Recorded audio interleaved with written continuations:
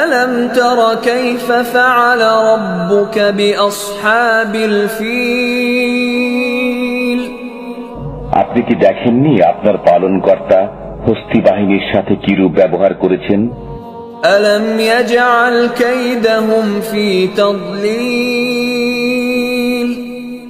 তিনি কি তাদের চক্রান্ত নস্যাৎ করে দেননি? وأرسل عليهم طيرا أبابيل তিনি তাদের উপর প্রেরণ করেছেন ঝাঁকে ঝাঁকে পাখি। ترميهم بحجارة من سجيل